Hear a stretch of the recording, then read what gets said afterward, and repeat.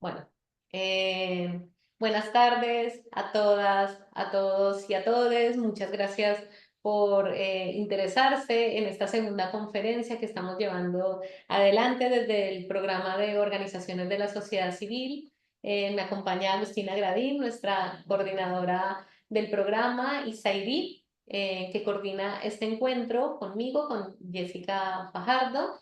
Y bueno, esta es la conferencia Aportes del feminismo a la investigación, las políticas públicas y la acción social, que pertenece al ciclo de conferencias 25 años del Diploma de Organizaciones de la Sociedad Civil, conflictos, movimientos sociales y desafíos en el escenario actual. Y bueno, le doy la palabra a Sairi para que presente al panel. Hola, buenas tardes, buenas tardes. Bueno, muy contentas por esta fecha y por este momento para reunirnos a todas y a todos y sobre todo tener a estas tres mujeres que nos van a venir a contar de todo lo que han venido trabajando y haciendo y poniendo el cuerpo por el desarrollo del feminismo, tanto en las políticas públicas como en la investigación y en la acción social. Tenemos a Lucía Miranda. Lucía es doctora internacional en estudios latinoamericanos internacionales de la Universidad de Salamanca y Sciences Po París. Se especializó en métodos y técnicas de análisis en el Centro de Investigaciones Sociológicas en Madrid y es docente de Flaxo Chile, además de que es académica titular en el Centro de Investigaciones en Ciencias Sociales y Juventud, que forma parte a su vez de la Facultad de Ciencias Sociales y Jurídicas de la Universidad Católica Silva Enríquez, y sus intereses de investigación se centran en el movimiento estudiantil social feminista, en los partidos políticos y la representación de género sustantiva y descriptiva. Bienvenida, Lucía, gracias por venir. Florencia Grimolisi, que es socióloga y profesora por la Universidad de Buenos Aires, es educadora popular y maestranda en diseño y gestión de programas sociales de la Flaxo, además de ser integrante de Proyecto Generar. Gracias, Florencia, por venir. Y Susana Larios Murillo, que es profesora e investigadora feminista, doctora en Porque ciencias no sociales por la puedo dormir Universidad de anoche Guadalajara. y yo estoy en... Ay, perdón. Y además, bueno, es enfocada en el trabajo de investigación y docencia desde una perspectiva feminista. En los últimos tiempos ha dedicado su interés en la pedagogía de la investigación desde una perspectiva colaborativa y horizontal sobre el cuidado y las emociones, así como las trayectorias del movimiento feminista en Guadalajara, México. Y bueno, además es tallerista en espacios formativos para docentes con perspectiva de género en el ITESO, y sus líneas de investigación son principalmente la dimensión emocional del movimiento feminista. Bueno, bienvenidas a todas.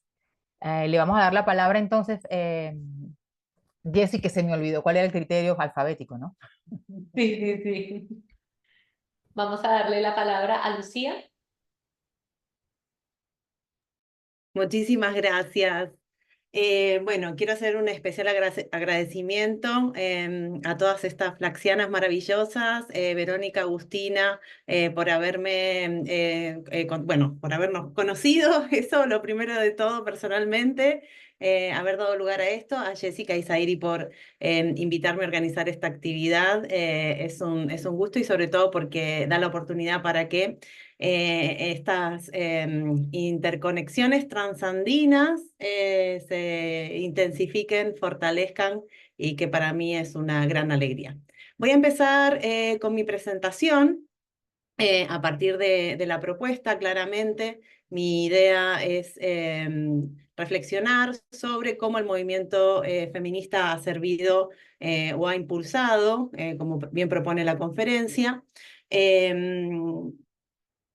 cuestiones, digamos, preguntas en términos teóricos y también ha generado efectos en términos de la configuración de las lógicas de participación y representación. Quiero empezar haciendo, digamos, marcando un punto en el sentido de que hoy en Chile, 18 de octubre de 2024, se cumplen 5 años del estallido, del llamado estallido social, ¿no?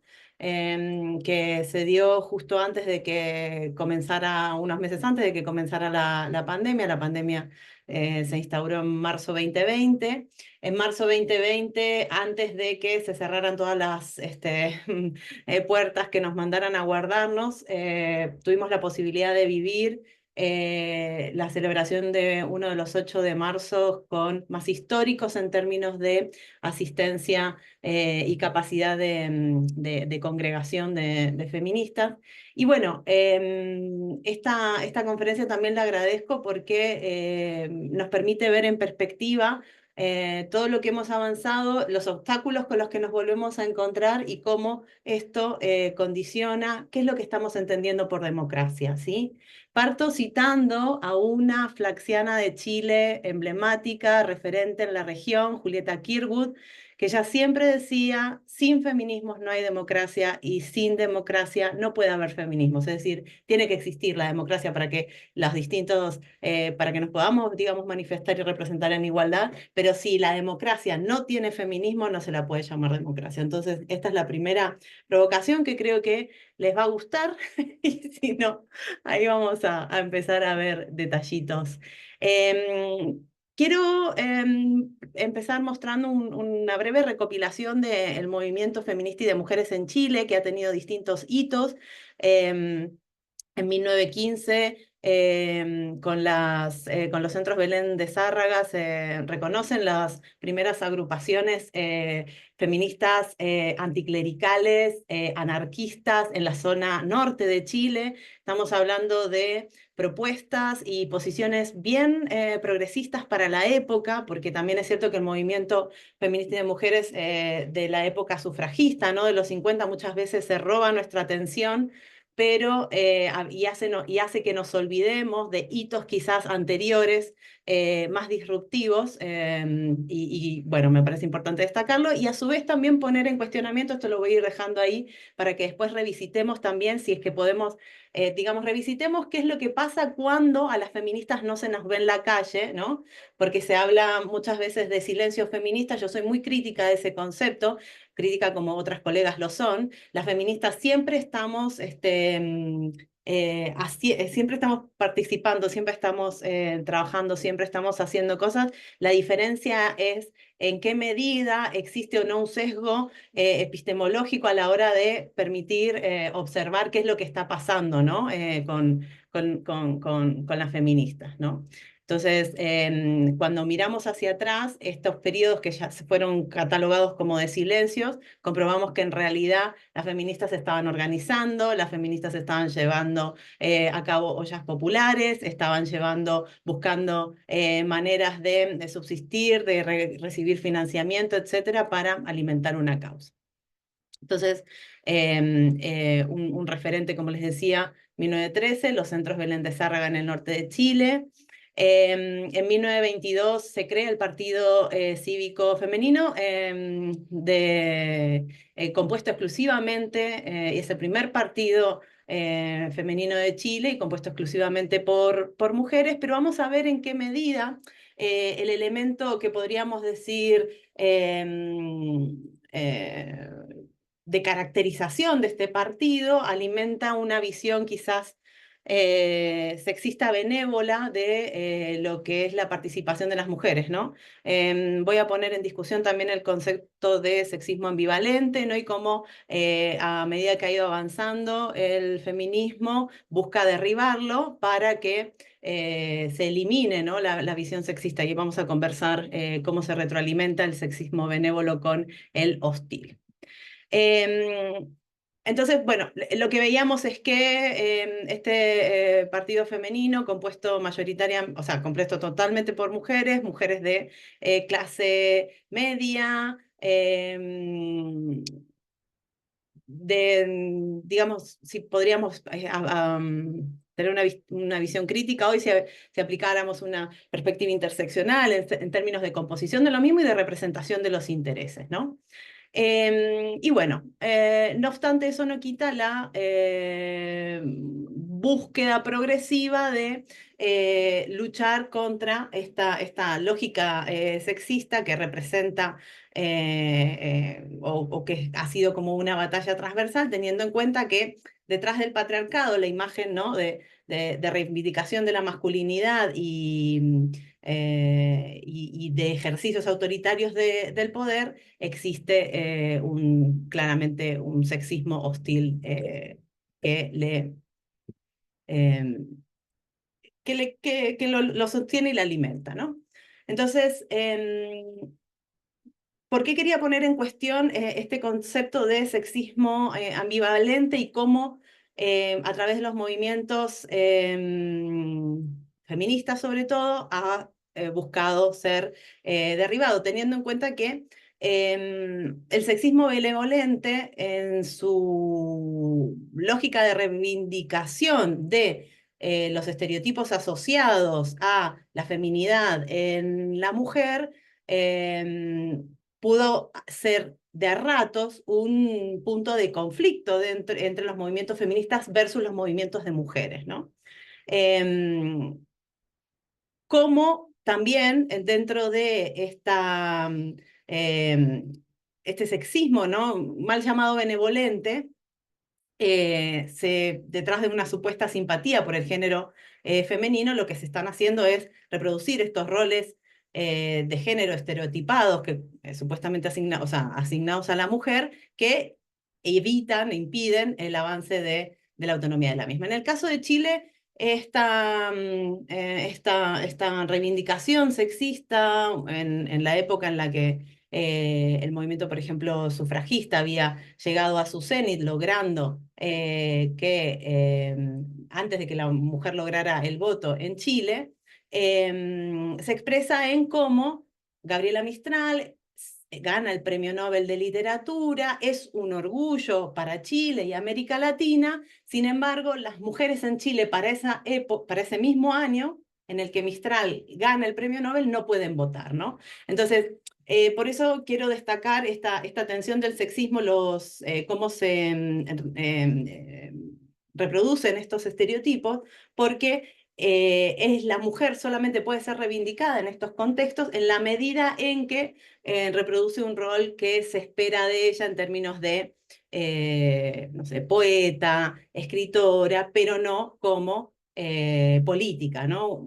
Unos años posteriores, después de que se pudiera elegir a mujeres a cargos públicos, vamos a tener la primera senadora electa en Chile, pero que va a terminar dejando su cargo por los hostigamientos que recibía por parte de sus colegas, ¿no? A eso se refiere el sexismo benévolo, donde sí, tú vales como mujer en la medida en que eres sumisa en el mundo, ¿no? Entonces, para esa época, los partidos políticos o la militancia política femenina era inferior al 10%, las mujeres que eran parte de los partidos políticos tenían un carácter principalmente familiar, eran las hijas de, las hermanas de, ¿no? Y esta va a ser una carga que a la hora de las mujeres ocupar el espacio público, de alguna manera nos va a perseguir. Bueno, el 11 de septiembre llega el golpe de Estado, se generan desde la institución de la dictadura de Pinochet una serie de mecanismos de control de la participación de la mujer a través de la creación de la Secretaría Nacional de la Mujer, que si bien podría pensarse que tenía como foco a la misma, se transforma en un medio de adoctrinamiento, ¿no? Para luchar en la liberación de Chile de la era marxista. ¿En qué se traduce este adoctrinamiento o busca de control? A través de la creación del SEMA Chile, que es como la rama civil del régimen militar, donde se congregaban las mujeres más que nada para que los espacios de debate y diálogo se vieran constreñidos, guiados y controlados por la figura, en este caso la referente era Lucía Iriar, la esposa del dictador, etc. Perdón, Sí, te interrumpo, te quedan 5 minutos. ok, voy más rápido. Surgen las movilizaciones pidiendo democracia en el país, en la casa y en la cama, lo personal es político, y bueno, la puesta en cuestionamiento, ¿no? De este contrato sexual que nos confina a las mujeres al espacio privado, empieza a ser cada vez más mella. Luchas internas entre las ramas del movimiento feminista hacen que, principalmente entre la rama política y la autónoma, hacen que se quede diluida la lucha de las mujeres en la calle, ¿no? O sea, la lucha de las feministas en la calle, hasta que llega el 2018. Entonces, en el 2018, el movimiento estudiantil feminista irrumpe con una gran rotundidad, desafiando, ¿no? Desafiando muchísimos estándares y sobre todo posicionando demandas en pos de la autonomía física, sobre todo de las mujeres. Aquí tenemos unas imágenes claras de la performance de las tesis, de la rama más movimentista del movimiento y su grado de repercusión que dio la vuelta al mundo. Tenía un video, pero quiero hacer más rápido.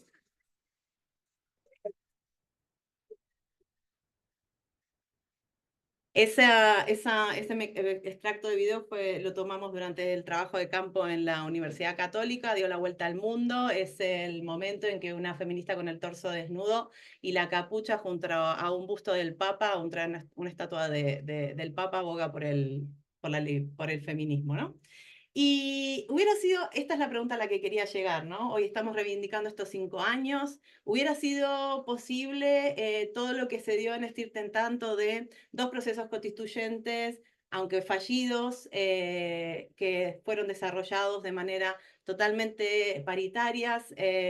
Francia festejó este año que es el primer país del mundo en reconocer el aborto en la Constitución. En verdad, Chile hubiera sido el primer país del mundo en reconocer el aborto en la Constitución si se hubiera aprobado la propuesta constitucional de la primera ronda. Y este contrato sexual es en verdad revisado y la pregunta es todo lo que tuvo que, o sea, todo lo que permitieron los movimientos feministas y de mujeres en Chile para que se diera esa propuesta que fue una propuesta en verdad que revisitaba el contrato sexual. Voy a ir rápido con esto para cerrar en términos de la teoría, en términos de lo que entendemos por democracia, creo que tiene que ser revisitado en el sentido de que si la democracia no permite, no garantiza la autonomía de las mujeres, entonces, o sea, y lo que se alían es con la represión de la misma, entonces tenemos que empezar a cuestionar si se puede hablar en verdad de democracia. En este sentido, los movimientos sociales siguen jugando un rol clave cuando se producen esta serie de retrocesos como los que vemos que estamos viviendo en varios países de la región. Bueno, esa es mi presentación. Creo que me pasé un poquito del tiempo. No, no, perfecto, Lucía. Bueno, Buenísimo, muchas muchísimas gracias. gracias. No sé si quieres comentar algo, Sairi. No, quizás lo dejamos para el final, para darle Sí, más tiempo a Susana y a Flor. dejemos los comentarios hasta el final. Entonces, vamos con Flor. Flor, no sé si tienes la presentación ahí a la mano o si quieres que la compartamos desde acá. No, la comparto. A ver, me dicen Dale, si dale, se ve. cualquier cosa nos dices. ¿Se ve bien ahí?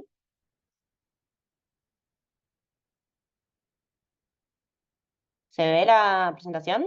Sí, se ve, Ah, perfecto. listo. Sí, se ve Necesitaba perfecto.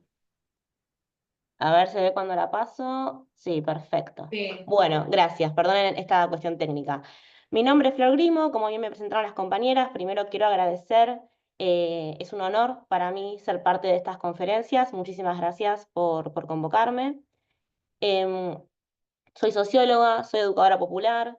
Lo lindo de estos espacios es que en esta presentación voy a intentar cruzar un poco todo lo que es la teoría, cómo me he formado en la parte académica, con cómo lo que se forma después en el activismo, ¿no?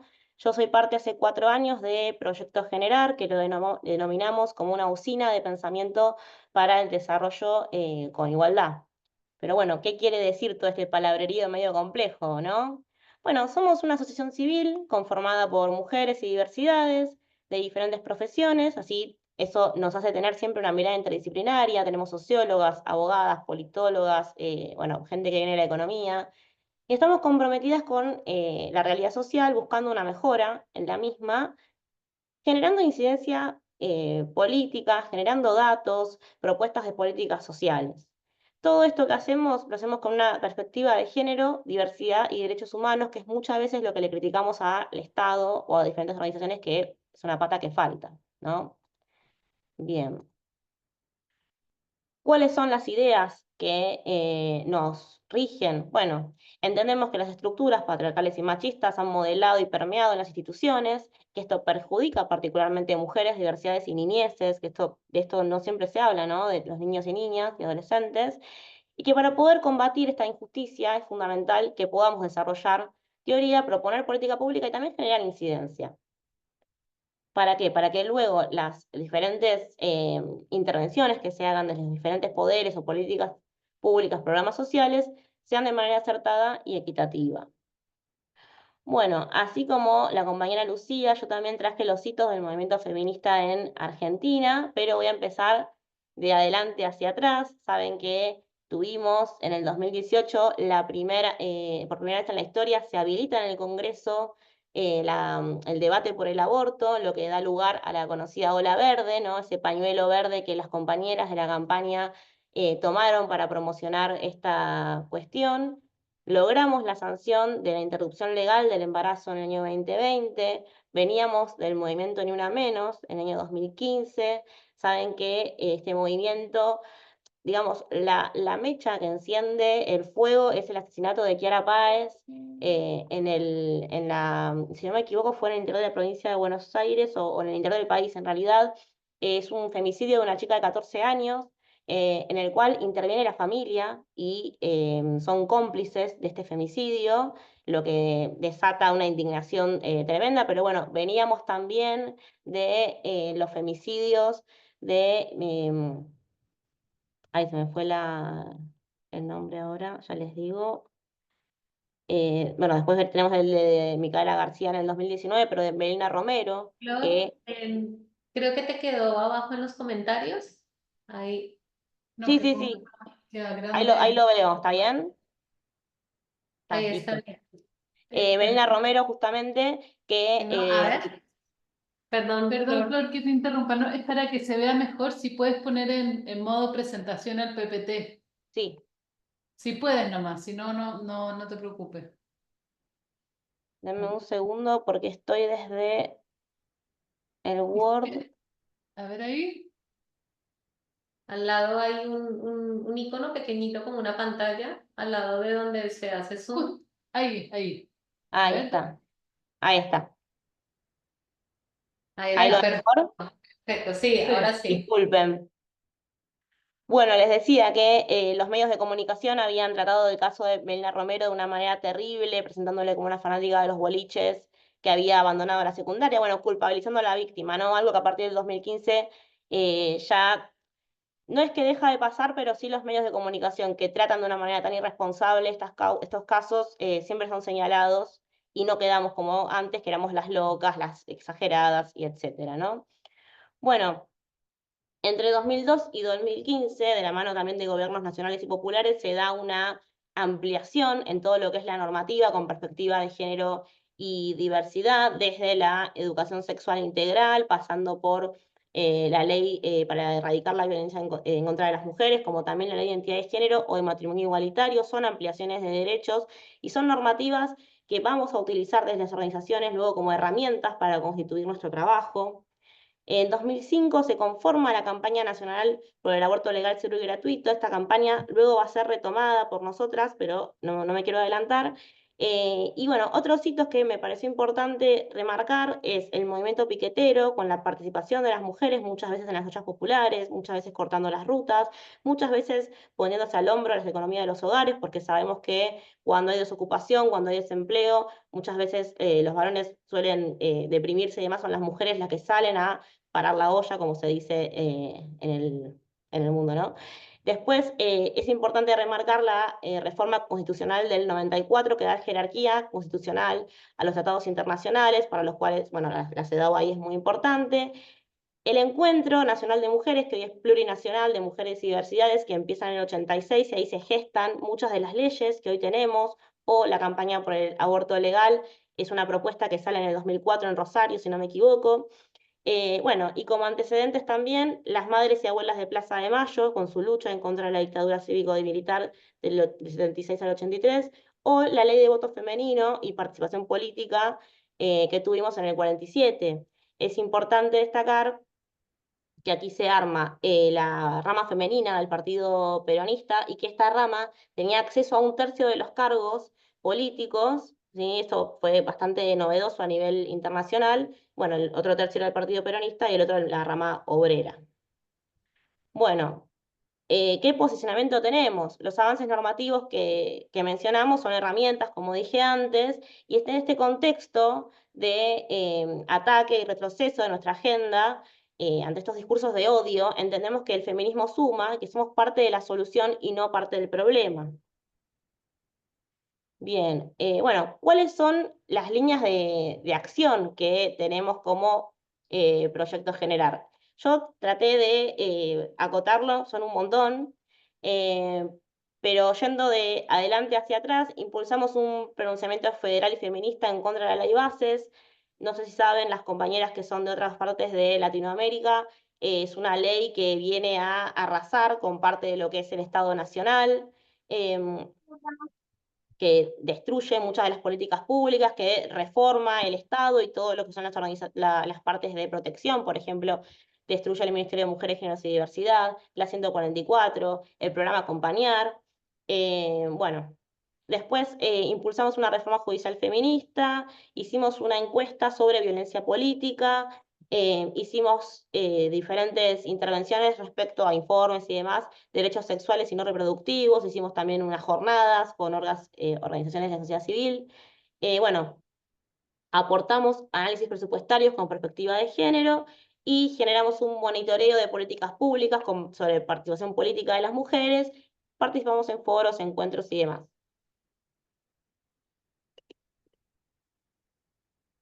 Bueno, y lo que quería puntualizar hoy es sobre la reforma judicial feminista o transfeminista, porque entendemos que los feminismos siempre son con las personas trans y travestis. Em, Hablarles un poco de por qué, ¿no? Desde este grupo que tenemos, que está compuesto particularmente por profesionales, que es interdisciplinario, dijimos que era necesario, pensamos que era necesaria una reforma judicial feminista. Como les comenté antes, en Argentina en 2020 tuvimos la alegría de sancionar el aborto legal, seguro y gratuito, y unas compañeras del CELS, que es el Centro de Estudios Económicos, Legales y Sociales, nos acercan un libro donde había 1.500, o sea, son los casos de más de 1.500 mujeres criminalizadas por abortar. Y nos encontramos con que este número no era azaroso, sino que se trata de una estrategia que tiene el Poder Judicial, que trabajaba como una corporación coartando los derechos reproductivos de las mujeres. Muchas veces mujeres que, bueno, abortos que no eran punibles, abortos espontáneos, bueno, diferentes casos, ¿no? Eso en primer lugar. En segundo lugar, el femicidio de Úrsula Baío fue en la localidad de Rojas, en el interior de la provincia de Buenos Aires. Ella tenía muchas denuncias en contra de su expareja, que es el que la termina asesinando. Esta persona pertenecía a las fuerzas de seguridad. Y esto dejó al descubierto cómo el Poder Judicial no solo no nos escucha, sino que no nos protege y todas esas medidas son insuficientes, que necesitamos otras herramientas, ¿no?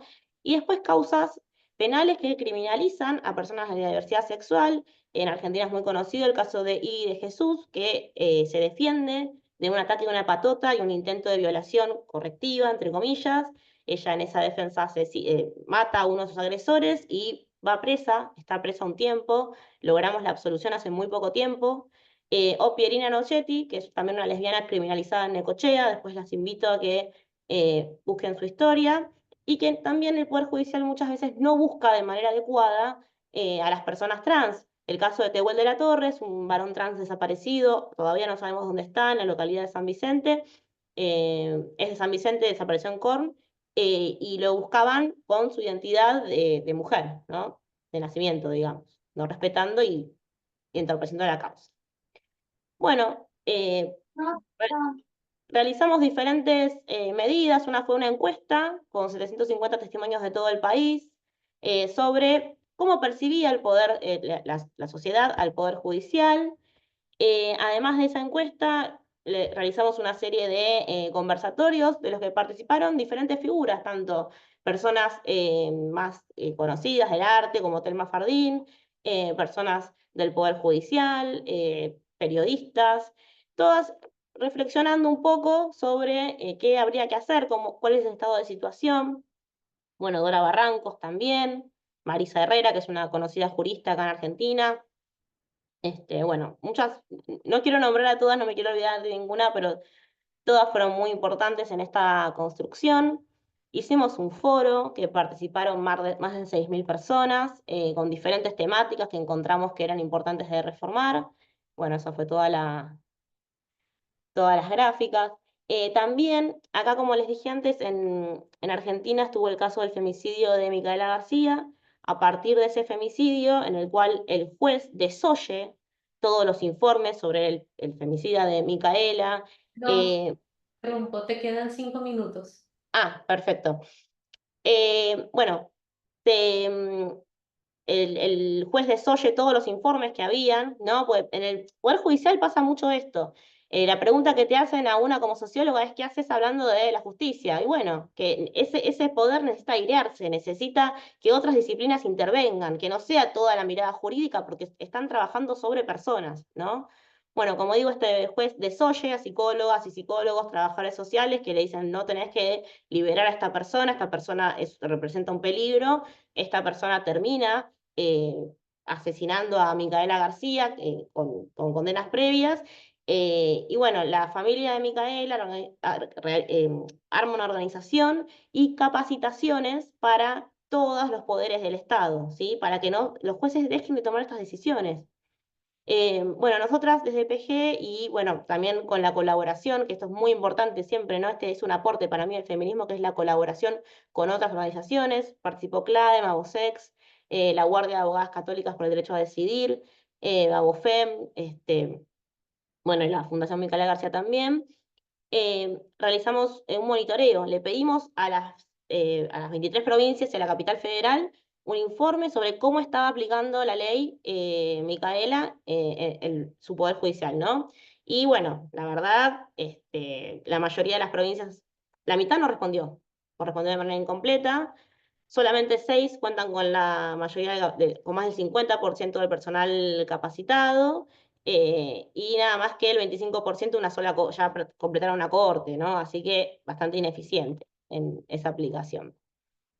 Em, bueno, también armamos en el Encuentro Plurinacional un taller de reforma judicial feminista, perdón, y pluralismo jurídico. Armamos un libro que le presentamos por todos lados y nos llevó también a hacer nuevas alianzas y a conocer nuevos territorios. Viajamos por todo el país. Em, y bueno, esta encuesta que les comenté antes, la verdad que nos permite caracterizar, ¿no? La imagen de este Poder Judicial, que es una imagen negativa, para sorpresa de nadie. Acá en Argentina está muy mal visto el Poder Judicial porque tiene un desarrollo ineficiente.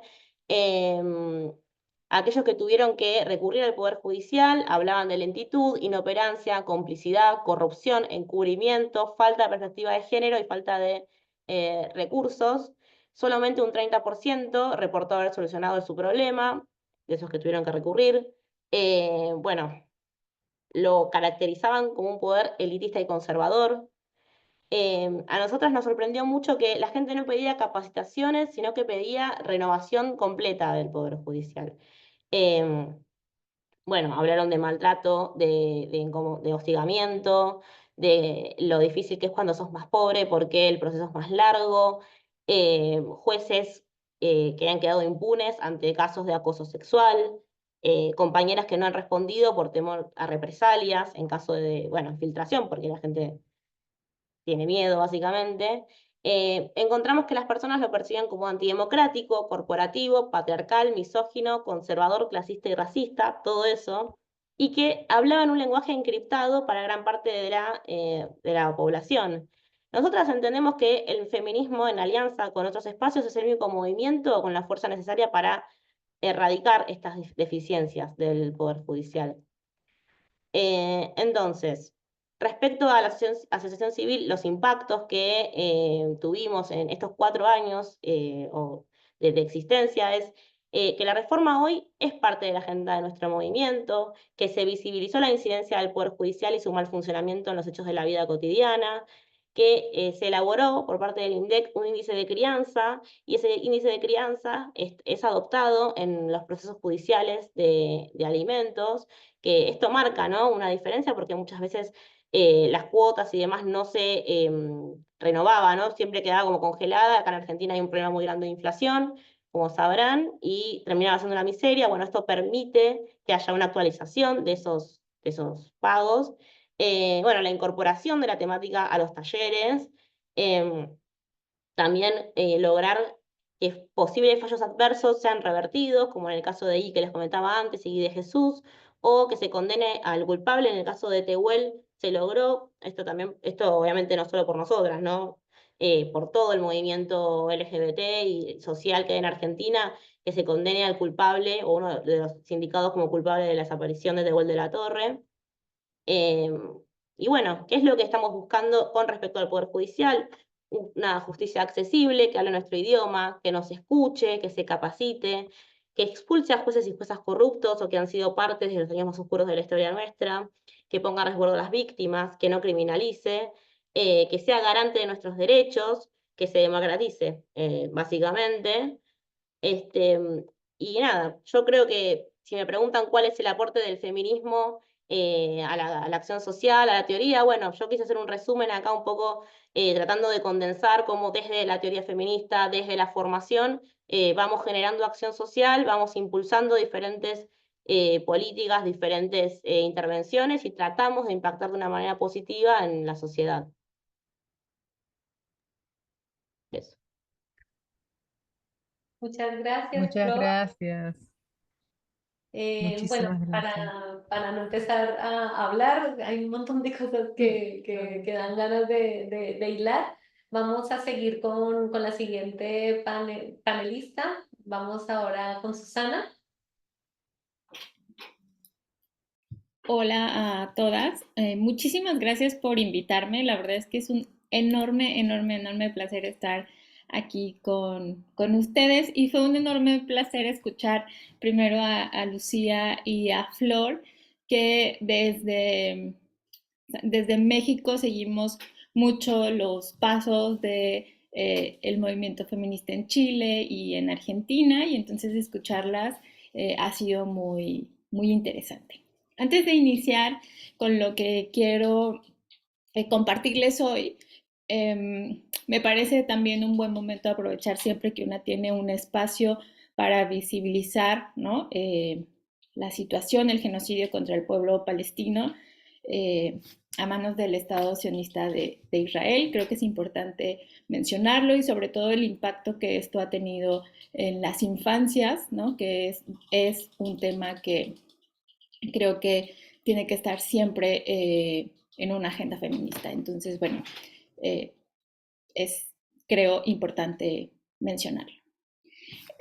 Yo organicé mi presentación, digamos, en estos 3 ejes, ¿no?, de cuáles son los aportes del feminismo a la investigación, las políticas públicas y la acción, de manera como muy general. Hablaré del pasado reciente en México, pero específicamente en Guadalajara, que es, digamos, donde yo he vivido, donde yo he trabajado, digamos, donde yo he puesto el cuerpo, ¿no?, que me parece también muy importante. Y hablo del presente entendiendo que hay una amplia genealogía histórica de feministas en todo México y en Guadalajara concretamente, pero digamos, me gustaría como resaltar lo que está sucediendo a partir, por ejemplo, de que se abre, digamos, esta estas luchas, digamos, renovadas de las mujeres, como dice Raquel Gutiérrez, ¿no? Específicamente a partir de 2015-2016, que digamos es más o menos un punto de partida para entender, digamos, el momento actual de los feminismos, pues al menos a nivel latinoamericano, ¿no? Entonces, bueno, este momento histórico, ¿no? Digamos, 2015-2016, creo que abre también una conversación importante sobre un aporte que ha hecho el feminismo a la investigación, pero que se renueva, digamos, que tiene que ver con un modo particular de mirar la realidad, ¿no? Que esto ha generado lecturas sobre la realidad concreta, no solo de las mujeres, sino de la sociedad en su conjunto. Y hablo específicamente, ¿no? De algo que pues para ninguna de nosotras será desconocido, que tiene que ver con estas relecturas de la teoría del punto de vista y los conocimientos situados y la importancia, ¿no? de pensar, digamos, desde ese lugar. También la importancia de posicionarnos o pensar desde una lógica interseccional. Un segundo aspecto creo que es también la perspectiva del cuidado y las emociones, que se ha puesto de manera importante en una conversación dentro de, digamos, estas agendas de investigación que estamos adelantando y por las cuales pugnamos las feministas. Y algo que a mí me parece fundamental y que, digamos, es, ¿no?, también parte de mi militancia, que tiene que ver con la pedagogía de la investigación feminista, ¿no? Con la importancia de buscar otras maneras de enseñar la investigación que no sean estas maneras jerárquicas y patriarcales, que además impactan de manera directa en cómo estamos observando la realidad. Hice esta organización no porque una sea más importante que la otra, sino porque fue la que se me ocurrió. Después pasaría al segundo punto, que tiene que ver con las políticas públicas, y voy a mencionar algunas, al menos la lucha por el derecho a decidir, que hace 2 semanas en Guadalajara se votó la despenalización del aborto en el estado, ¿no? Es una lucha, digamos, que tiene también ya bastantes años llevándose a cabo en México, pero que justamente se renueva con el impulso de la marea verde. Pero me parece importante destacar que más allá de la cuestión de la despenalización del aborto, y que tiene que ver justamente con la lógica de las políticas públicas y de cómo implementar estas políticas públicas, están estas redes de acompañamiento que han tomado muchísima fuerza para pensar también la autonomía de las mujeres, ¿no? Y las posibilidades de abortar desde otros lugares. Y es algo muy extraño para mí, porque yo pensaba que estas redes existían en todos lados. Y cuando llegué aquí a Granada me di cuenta que eso no es cierto, ¿no? Porque, digamos, en lugares en los que el aborto es una realidad, no se necesita esto, pero esto tiene un sentido para nosotras, ¿no? Y tiene, digamos, una noción particular que está atravesada, digamos, por este derecho a decidir también cómo abortamos, ¿no? No solamente tener, digamos, esta despenalización. Entonces, a mí eso me parece impresionante, y también creo que es uno de los reconocimientos que desde estos lugares se hace a las mujeres latinoamericanas, ¿no? Como esta potencia, digamos, de generar estos espacios, estas redes de acompañamiento, que me parece que es, digamos, uno de los impactos también más grandes que ha tenido el feminismo, ¿no? También en leyes con perspectiva de género, ¿no? Voy a ir un poco antes de esta temporalidad. la tipificación del feminicidio en México, que se da en 2011 gracias a Marcela Lagarde, las alertas de violencia de género, ¿no? Que en México es un mecanismo que podemos cuestionar, digamos, pero es un mecanismo que se ha llevado a una política pública gracias, digamos, al empuje que han tenido las organizaciones feministas al hablar, digamos, de la necesidad de frenar esta violencia tremenda que se vive en México contra las mujeres, ¿no? Y últimamente también las discusiones sobre la violencia política con razones de género, que se activa cada vez que, digamos, está presente, es latente, pero que se activa cada vez que en México hay elecciones, ¿no? Y que en este momento también hay una discusión importante sobre la violencia política con razón de género, digamos también con la llegada de Claudia Sheinbaum a la presidencia y lo que esto ha implicado en términos como de los cuestionamientos que tiene por ser una mujer, ¿no? Entonces, nuevamente repito, no es, digamos, que estas leyes o estas políticas públicas sean perfectas, ¿no? Más bien creo que lo que es importante señalar al respecto de ellas es que están ahí, digamos, que se han movilizado justamente por una discusión que han abierto las mujeres y las mujeres feministas específicamente, ¿no? Para pensar en maneras de hacer al respecto, ¿no? De hecho, muchas de estas también han sido muy, muy cuestionadas y al final creo que también esa es parte como del impacto, ¿no? Es decir, siempre hay otras maneras de hacer y lo importante, digamos, es abrir esos diálogos y cuestionar cómo estamos haciendo y cómo estamos pensando este tipo de leyes o políticas públicas, ¿no?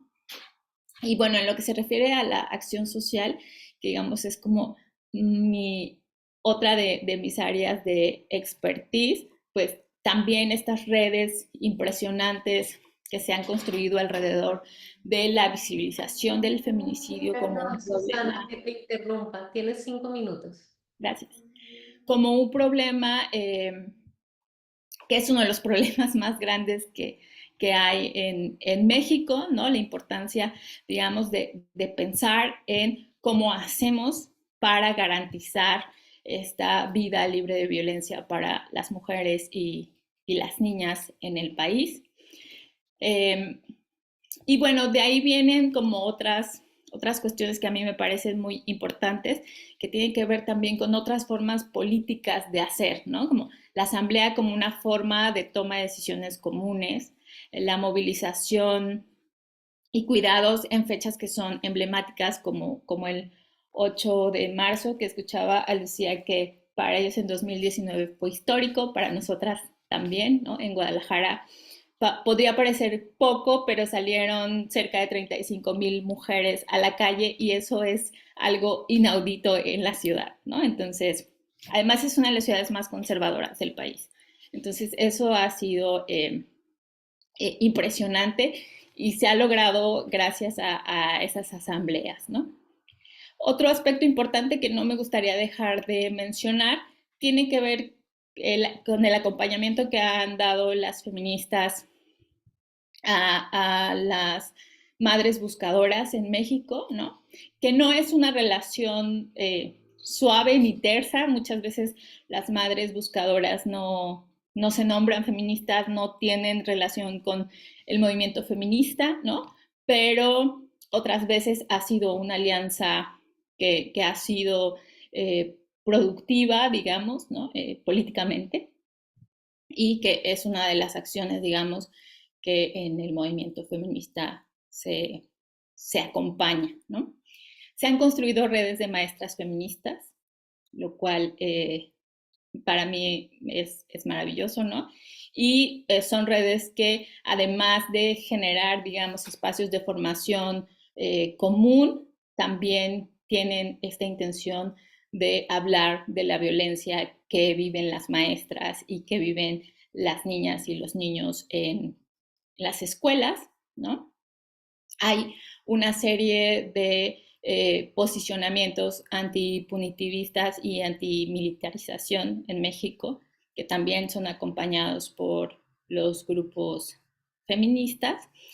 Y algo que me parece importante para cerrar tiene que ver con la construcción de una red de movimientos que están atravesados por la noción del cuidado de la vida común, que generan, ¿no?, también una discusión, digamos, más allá del feminismo, pero que se ha visto como muy nutrida de estas formas de mirar y de hacer que tiene el feminismo asambleario, ¿no?, el feminismo de la calle y de todas. Entonces, esas son algunas de las cosas que quería compartirles. Perdón si parece como demasiado, pero me parecía importante como enunciar acciones muy, muy concretas, ¿no? Y en los últimos meses también, en la última movilización del 8 de marzo, hubo un contingente muy importante también visibilizando lo que está pasando en Palestina, ¿no?, que habla de esta posición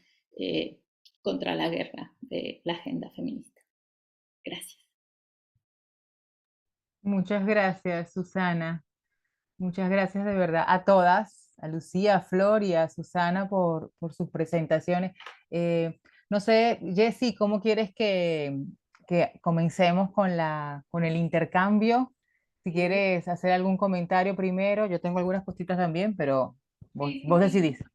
Sí, un comentario cortito podríamos hacer y dar la palabra para que participen. Podríamos primero, bueno, después de los comentarios, hacer una ronda de preguntas y de participación, que lo que sí vamos a pedir es para poder garantizar que todas podamos hablar, ser muy concretas, y después lo que hacemos es, de nuevo, hacemos que las panelistas participen en el mismo orden para responder las preguntas de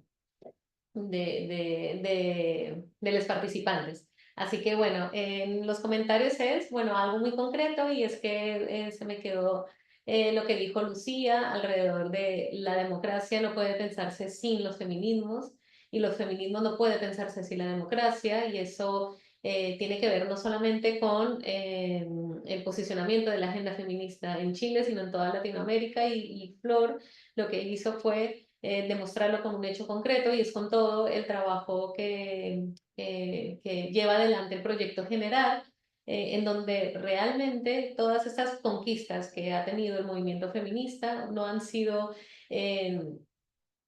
conquistas institucionales que han venido de arriba hacia abajo, sino ha sido el posicionamiento, la lucha, poner el cuerpo, es todo lo que hablaba también Susana, y esto lo que lleva es a hacer sociedades más justas, más democráticas, y que le cambian la vida a las personas, específicamente a las mujeres y a las disidencias sexogenéricas. Y luego, bueno, Susana nos da también la mirada sobre la investigación social, de empezar a ver y a ocuparnos de cómo estos procesos comunitarios, de base comunitaria, empiezan a incidir en la agenda feminista y en la política pública específicamente. Casi que es muy difícil hacer como una distinción entre la acción social, la política pública y la investigación, porque confluyen todo el tiempo y tiene que ver con estas redes de las que tanto hablaron ustedes. Sí, y yo le agregaría a esto que dices, Jessy, como algo que encuentro que hila lo que las tres vienen a exponer, que es, bueno, primero, por un lado, esta cuestión del trabajo que es de base y que es en red, o sea, que aislado, nada, es decir, solo lo asambleario, el trabajo entre las redes, o sea, de redes entre las organizaciones, esto es como lo fundamental. Y lo otro que es, bueno, visto, pensando un poco que Susana, que está en España y desde ahí y desde su experiencia como mexicana y latinoamericana, ve desde la mirada del otro cómo nos ven la potencia, esta potencia generadora del feminismo latinoamericano, que en la pregunta de Lucía es, ¿hubiese sido posible esto que ocurrió en la constituyente sin esto, ¿no? Es decir, como la pregunta y que Susana dice, bueno, hubiese sido posible también, es decir, cómo nos ven, que uno dice, bueno, esto es así, o sea, las redes y el cuidado y las formas de los modos, la manera como se hace, no solo cómo se conquista, sino cómo luego esto se hace de modos distintos, tiene que ver también con esta no sé, impronta, digamos, del latinoamericano que ustedes presentan en estos relatos, en estas experiencias que nos compartieron y que agradecemos enormemente. Gracias, Sí, gracias. muchísimas gracias. Antes de arrancar con las participaciones, con abrir los micrófonos, aquí Luisa dice, en su opinión, es la primera pregunta para que la vayan anotando, en su opinión, ¿qué acciones concretas debemos implementar para fomentar la participación de mujeres en altos cargos políticos? Esa es la primera pregunta. Después lo que vamos a pedir es si pueden levantar la mano para identificar la persona que va a hablar. No sé si tienen alguna pregunta, alguna reflexión.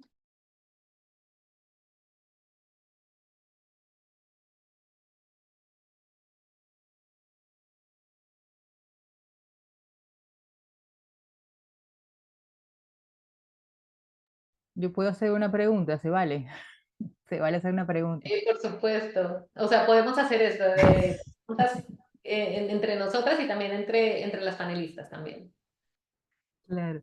No, me preguntaba por estas políticas antipunitivistas que comentabas, que me llama muchísimo la atención, porque nosotros acá en Argentina estamos viviendo absolutamente todo lo contrario, ¿no? Entonces, quisiera ver cómo, que nos contaras esto, cómo se da, cómo fue la experiencia de la organización feminista para lograr la injerencia dentro del desarrollo de políticas de otro modo, que además viene, como decía Flor, a posicionar no solamente el lugar de la mujer, sino de también las niñas, ¿no?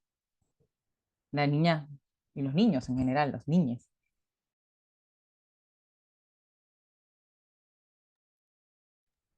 ¿Alguien más de la sala?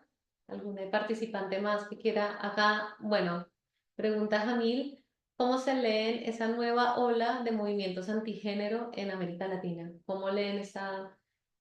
Justo, bueno, también yo tenía una pregunta para Flor y también para las demás panelistas. Bueno, todo este trabajo que vinieron realizando con el proyecto general, que es un trabajo que ya se perfila como un trabajo histórico, ahora, o sea, con qué barreras?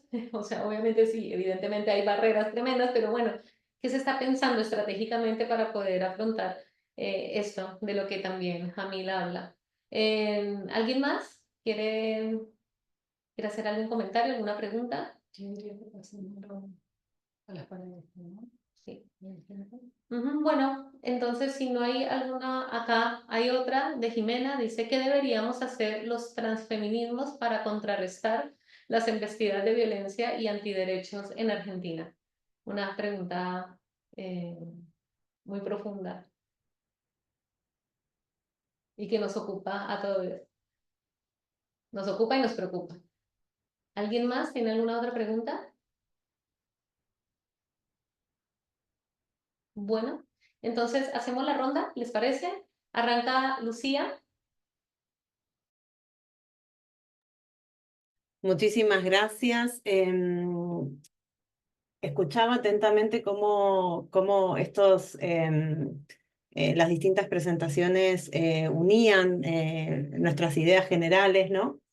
Y efectivamente, cuando creo que en términos sobre todo de abordaje teórico, uno de los mayores obstáculos que tenemos que superar cuando estudiamos los movimientos feministas y de mujeres son los sesgos que hemos heredado y que muchas veces se reproducen inconscientemente, que tienen que ver con tanto las corrientes teóricas que vienen del norte global, ¿no? Porque América Latina es una producción ingente de movilizaciones por múltiples demandas, etcétera, y sin embargo vemos que de manera más o menos recurrente se habla de la excepcionalidad de esto, y esto nos demuestra que los marcos teóricos que estamos usando como referencia no nos pertenecen, ¿no?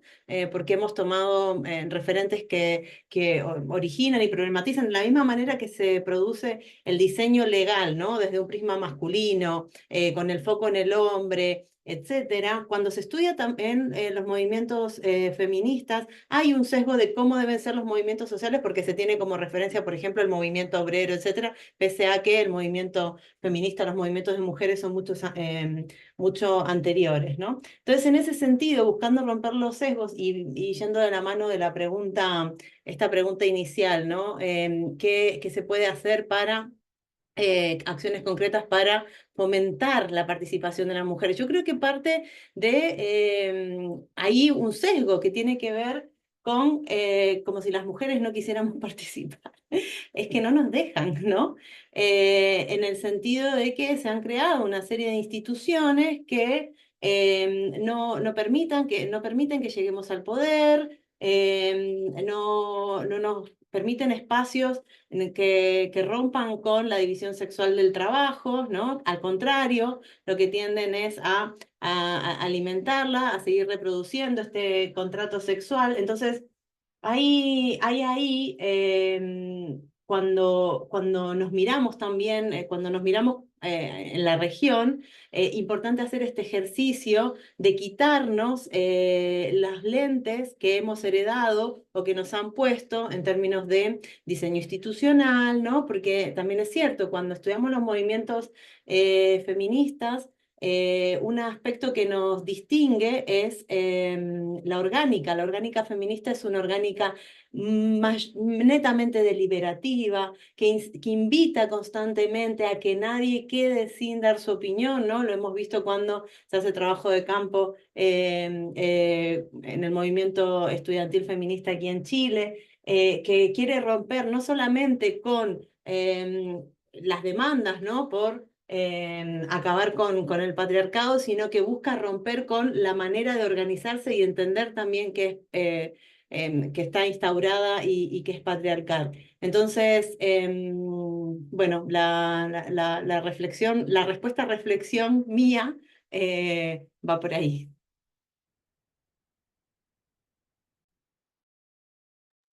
Gracias, gracias Gracias. Lucía.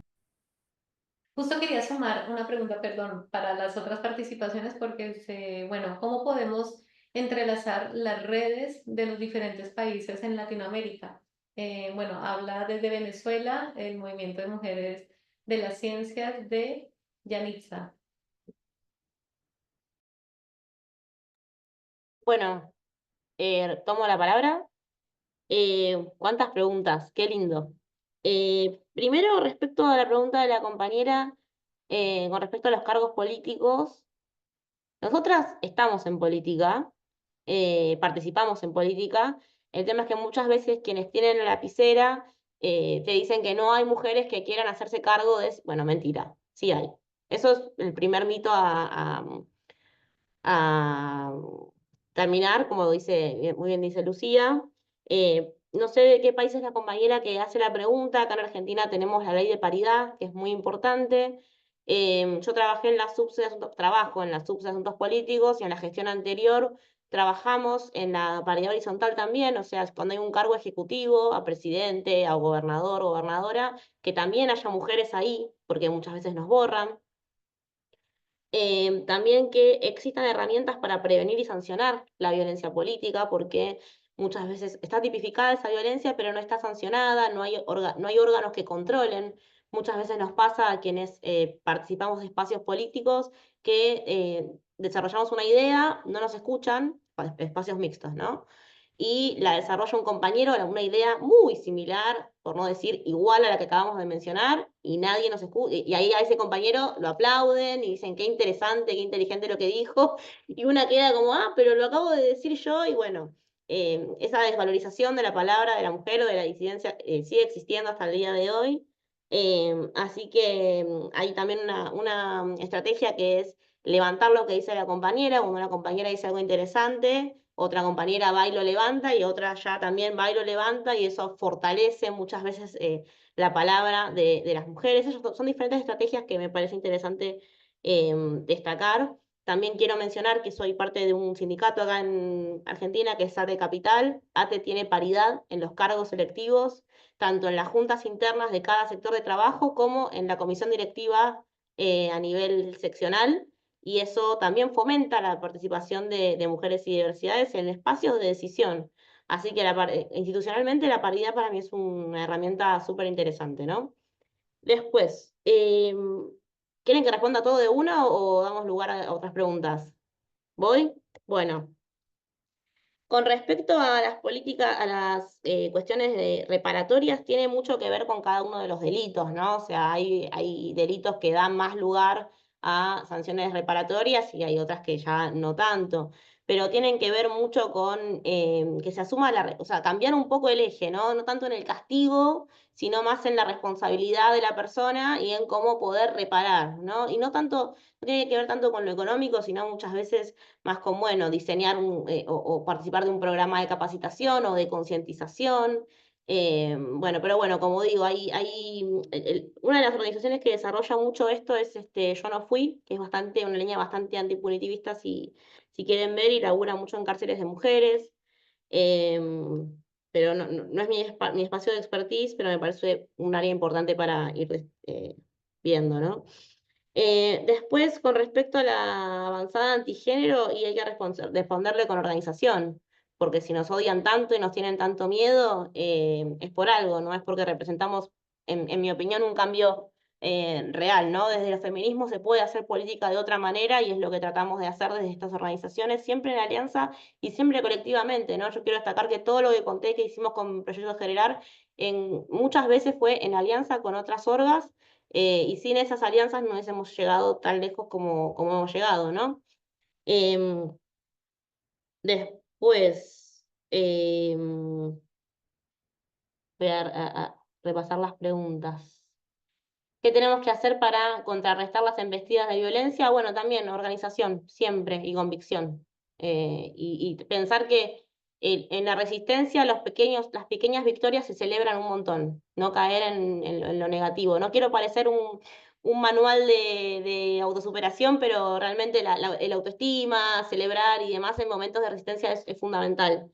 Y después, con respecto a cómo organizarnos, cómo entrelazarnos las redes y demás, hay foros de derechos humanos que están muy buenos, que se organizan a nivel internacional. Nosotras, nuestras redes de Proyectos General están a disposición para lo que necesitan, necesiten, y no sé si quedó algo más, yo le doy el lugar a mis compañeras, que así las escucho también. Gracias por las preguntas. Con respecto a la primera pregunta, digamos, los espacios institucionales, en realidad, o institucionalizados, no son como mi área de expertise, pero voy a poner un ejemplo de otro espacio que es el Movimiento Zapatista de Liberación Nacional en México, y de las acciones que han hecho históricamente, acciones muy concretas para incentivar la participación de las mujeres en el movimiento de manera real, ¿no? En los últimos años, sobre todo, las mujeres han tenido un papel muy importante en las acciones, en el desarrollo del movimiento.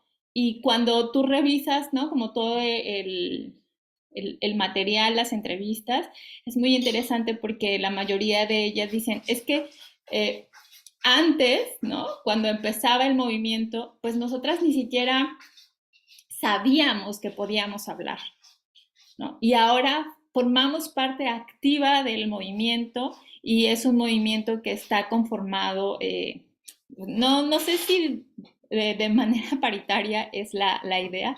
No creo que a los zapatistas les gustaría que usara esa palabra para describirlo, pero que, digamos, tiene esta intención, ¿no? De que participen de la misma manera las mujeres y los hombres, entendiendo que el movimiento lo conforman todas, todos, todes, ¿no? Entonces creo que eso, digamos, ahí hay acciones concretas, ¿no? Es decir, que las mujeres también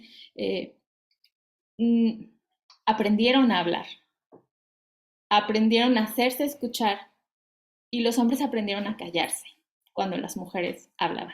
¿no? Entonces, yo destaco eso, tampoco creo que tengamos como la varita mágica para pensar como qué acciones concretas debemos hacer, ¿no? Depende muchísimo de los contextos y de las maneras de mirar y las formas de hacer, pero me parece que ese es un ejemplo al menos muy interesante, ¿no? De cómo se han construido estos espacios. Y las mujeres zapatistas tienen sus propios espacios, espacios para mujeres, en los que no hablan con los hombres y toman decisiones ellas solas, ¿no? Como fue el encuentro de mujeres que luchan, al que invitaron pues a todas las mujeres interesadas en asistir, ¿no? Que hace una experiencia interesantísima también de ver en términos del poder que han logrado, ¿no? De su poder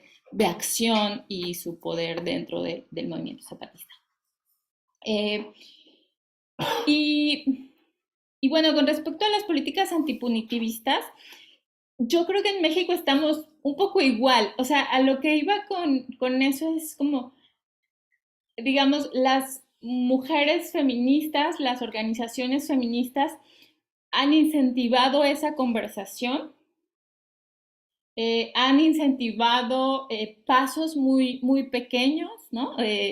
Han incentivado pasos que son muy pequeños. En México, además, ahorita hay una discusión tremenda sobre la militarización del país, ¿no? Que es algo que va en crecimiento, digamos, y que ha puesto, digamos, estas discusiones también en un momento bastante complicado, ¿no? Que, digamos, pareciera que a veces se pierde la esperanza, digamos, de esos pequeños avances que se han podido hacer con el tiempo, pero que creo que es importante, digamos, que estas conversaciones se sigan teniendo, se sigan llevando al espacio público, además con una valentía tremenda, ¿no? Si pensamos en que hay todo un aparato de Estado incentivando y generando una tremenda militarización del país, ¿no?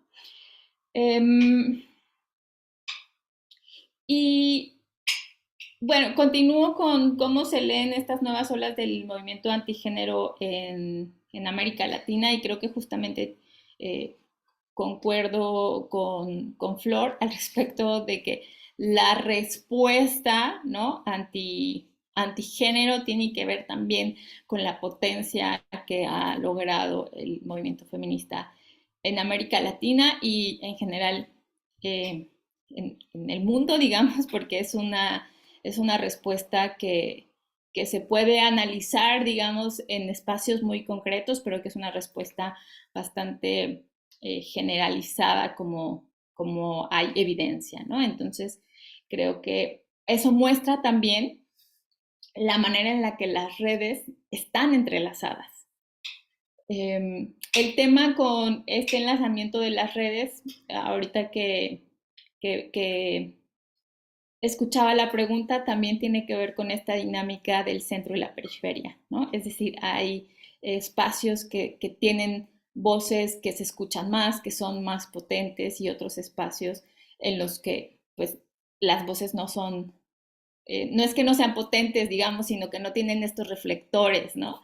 Entonces, creo que esa también es una conversación que tenemos que abrir, ¿no? Es decir, cómo hacemos para potenciar esas conversaciones que se están teniendo en espacios más periféricos, ¿no? Que tengan esta resonancia como tienen otros espacios. Entonces, yo sí creo que las redes están ahí, que hay que hacer muchísimo trabajo, digamos, en el tejido como más fino para responder, pero además tiene que ver con esta dificultad que también tenemos, y hay que decirlo fuerte y claro, a veces, de ponernos de acuerdo en las cosas como más básicas, ¿no? O sea, ponernos de acuerdo en lo que sí estamos de acuerdo. Entonces, esa sería como mi mi respuesta. Y la verdad, ¿qué deberíamos hacer los transfeminismos para contrarrestar como el discurso de odio, la violencia? Creo que esa es la pregunta del millón, ¿no? Es, digamos, y es, digamos, la pregunta que yo al menos me siento incapaz de responder, porque sí creo que es una de las conversaciones urgentes, ¿no? En este ponernos de acuerdo en las cosas en las que sí estamos de acuerdo, que debemos tener. Entonces, me siento como incapaz de responder a esa pregunta, pero me parece una pregunta fundamental que tenemos que hacernos. Muchas gracias, Susana. Aquí hay otro comentario que dice, hola a todos, muy interesante las experiencias que están contando respecto a la paridad. Me quedo siempre pensando si no hay una trampa en esa habilitación, ya que lo que se permite es que las mujeres y diversidades participen en las mismas condiciones que lo hacían los hombres full time y no se contemplan los tiempos de cuidado y otros, por lo que sigue teniendo restricciones. Em, Queríamos también dar un espacio a ver si las panelistas quieren hacerse alguna pregunta entre sí sobre sus participaciones y bueno, obviamente si se puede enlazar también este último comentario, así rápidamente porque bueno, nos quedan 10 minutitos del encuentro.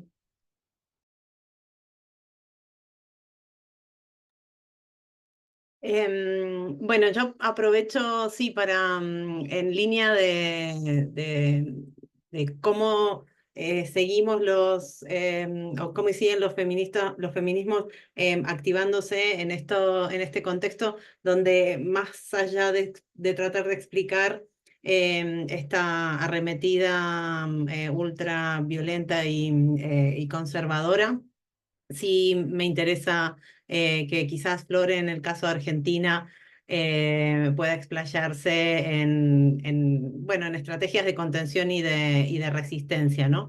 Y respecto de lo que planteaba la compañera en el chat, y el tema de la paridad, yo creo que el tema no es poner en cuestión reformas a las instituciones que impulsan o protegen que ocupemos los espacios públicos en igualdad de condiciones, sino cómo esas leyes o esas políticas están siendo diseñadas. Y en ese sentido tengo que citar a Molinex y su distinción entre cómo las políticas públicas pueden estar respondiendo a intereses prácticos versus estratégicos, ¿no?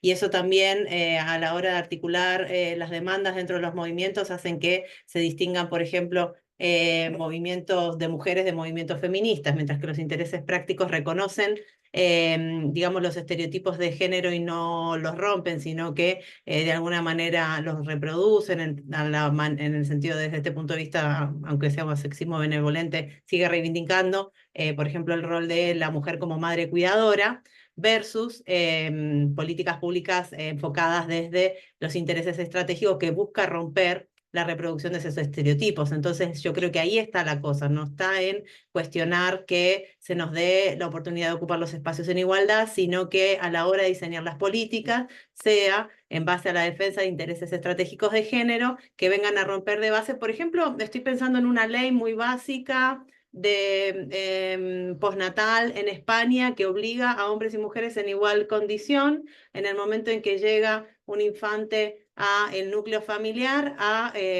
hacer uso del permiso de manera obligatoria por el mismo plazo de tiempo. Eso creo que en ese tipo de enfoques creo que tenemos que pensar.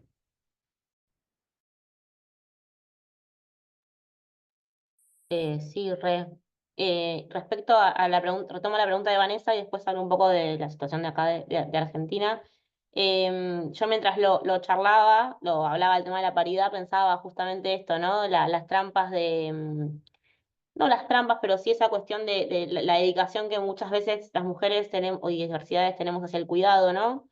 Y sí, es verdad, o sea, no le podemos reclamar, o sea, tenemos que desarrollar estrategias también, ¿no? Bueno, las reuniones no pueden ser hasta tan tarde, esto ya es más práctico. Si partimos de un espacio político, sindical, una organización, mixta. Bueno, las reuniones no pueden ser hasta tan tarde. O, ¿sabes qué? Van a venir mis hijos, punto. O sea, también ir buscando esas estrategias, esas tretas del débil, como decía Sor Juana Inés de la Cruz, para poder ir enfrentando estas situaciones que se van dando. Em, con respecto a la Argentina, yo es una pregunta, antes no le respondí a Jessica, y creo que es una pregunta que me hago todos los días de, bueno, ¿cómo hacemos, no? Porque no sé si vieron nuestro país, todo el día nos sorprende con algo nuevo, algo distinto, y es como una máquina que está tratando de arrasar con todo lo público. Hoy están atacando la educación pública, que es la base de la nación argentina, ¿no?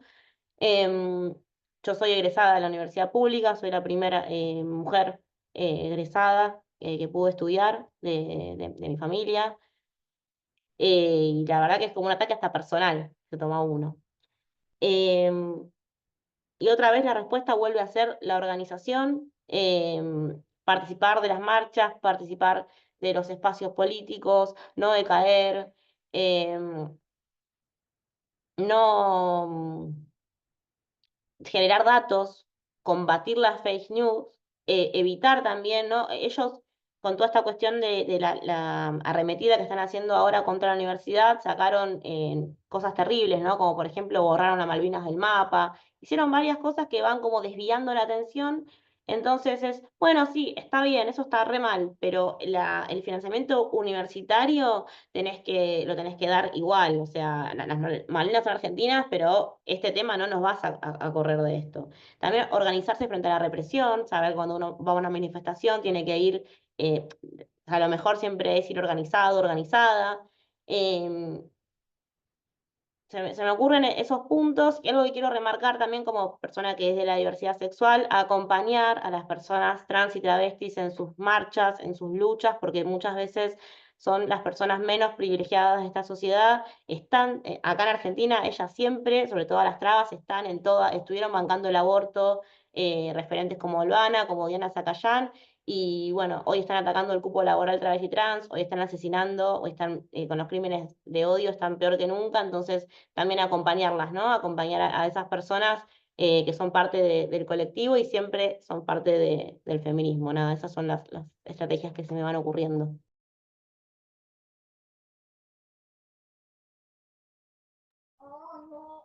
Muchas gracias a todas por sus respuestas, por sus reflexiones y por dejar siempre abierta las preguntas, ¿no? O sea, como dejarnos siempre pensar qué, qué es lo que nos toca seguir haciendo por, por las mujeres, por, las- por el movimiento feminista, por las disidencias o las diversidades, en todas las edades, o sea, la interseccionalidad es fundamental, digamos, que atraviese todos los órdenes de nuestra vida, ¿no?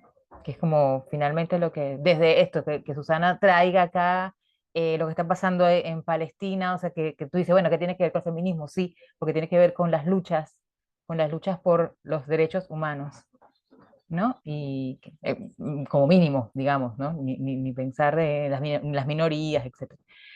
Pero bueno, no sé si alguien más, si Agustina quiere decir algo, si Vero, si Jessy quieren comentar algo. Yo al final les quería compartir un libro, perdón, porque es algo que es muy importante para nosotras, que quisimos invitar a una compañera cubana que se formó, es socióloga, que se formó en la Flaxo, Chile, en los años 70, y nos escribió un correo muy hermoso que básicamente les resumo diciendo que ella, aunque quisiera, lamentablemente no puede participar porque tendría que, básicamente el gobierno de Estados Unidos impide que puedan tener acceso al Zoom o a cualquier otro software de comunicación, pero nos manda, digamos, todo el cariño y toda no sé, el esfuerzo, y nos compartió un libro que se los comparto en el chat antes de cerrar esto.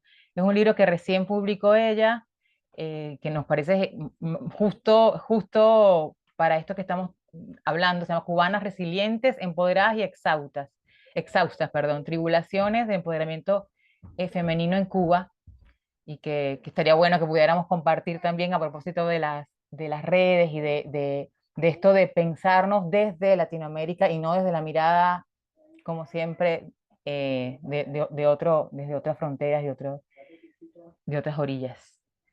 Bueno, gracias, gracias. Sí, aplausos para todas. Me sumo a los agradecimientos. Perdón, Vero, ¿te querés a ti? Bueno, gracias. Quería nada más agradecerles a Lucía, a Susana y a Flor. Muchísimas gracias por la participación. Un placer escucharlas y nos dejan con muchísimas cosas para seguir trabajando, pensando. Celebro este espacio. Agradezco muchísimo la iniciativa de Zairi y de Jessica de conformar dentro de los 25 años del diploma de OSC esta hermosa mesa, porque efectivamente nos atraviesan los feminismos y son parte de nuestro debate desde hace muchos años y la verdad que encontrarnos un viernes a esta hora, acá en Argentina ya son las 7:30 de la tarde, llegamos a tener 55 personas conectadas y eso es para nosotras una gran celebración porque quiere decir que todavía a pesar de el avance de las derechas y todo lo que ya sabemos, siguen siendo espacios de encuentro y de construcción de redes, así que gracias, celebrar eso y invitarlas a seguir en redes, seguir construyendo, seguir pensando espacios como este para seguir trabajando. Hace poquito publicamos un libro que recupera las investigaciones que venimos desarrollando desde Flaxo Argentina, que es un libro sobre movimientos sociales en América Latina y tiene una sección dedicada a los feminismos y los movimientos de mujeres, así que hay un aporte en ese libro de Lucía Miranda, de Zairi Martínez Araujo, de Jessica Fajardo. Las invitamos a recorrerlo porque es también una invitación a seguir pensando, a seguir haciéndonos preguntas, que como de Susana citaba a nuestros amados zapatistas, decían preguntando, ¿avanzamos, caminamos? Ese también es una forma nuestra de seguir generando espacios, así que bueno, nada, eso, celebrar y agradecerles a todas y todos por estar hoy aquí. Muchas gracias. Perdón, para cerrar muy rápido, les tenemos otra invitación, ya les pasamos todo para hacernos publicidad, el libro. Tenemos, este ciclo vamos a tener otras 2 conferencias más, entonces los queremos dejar a la invitada ay, no te entiendo. Ay, perdón, es Sí. Migraciones Latinoamericanas, punto de tensión del capitalismo global, el 11 de noviembre. Exactamente. ¿El horario? 17 a 18:30, un poquito más temprano. Sí, así que bueno, tenemos sus correos, con su permiso les vamos a pasar igual esta información de nuevo para que se unan a la próxima mesa donde vamos a abordar migraciones. Así que bueno, muchas gracias y buen fin de semana. Muchas gracias, chicas, por acompañarnos. Gracias, genias, besitos. Muchas Gracias, Lu, gracias, Gracias. Susana, Susana, que Flor. vayas a dormir o irte de tapa. Zairi, Porque son como la Susana, una de ¿qué la hora es mañana. allá? ¿Cómo? ¿A qué Sí, hora, muchas es, gracias, muy Susana? interesante. Son las 12:30. Ay, A ya, tiempo. Sábado, ya ve el futuro. Sí, Sábado, dale que gracias, Susana, por el esfuerzo doble. No, gracias por gracias. invitarme, yo feliz. Ay, ven y detengo la grabación. Que anden muy bien. Listo, bueno.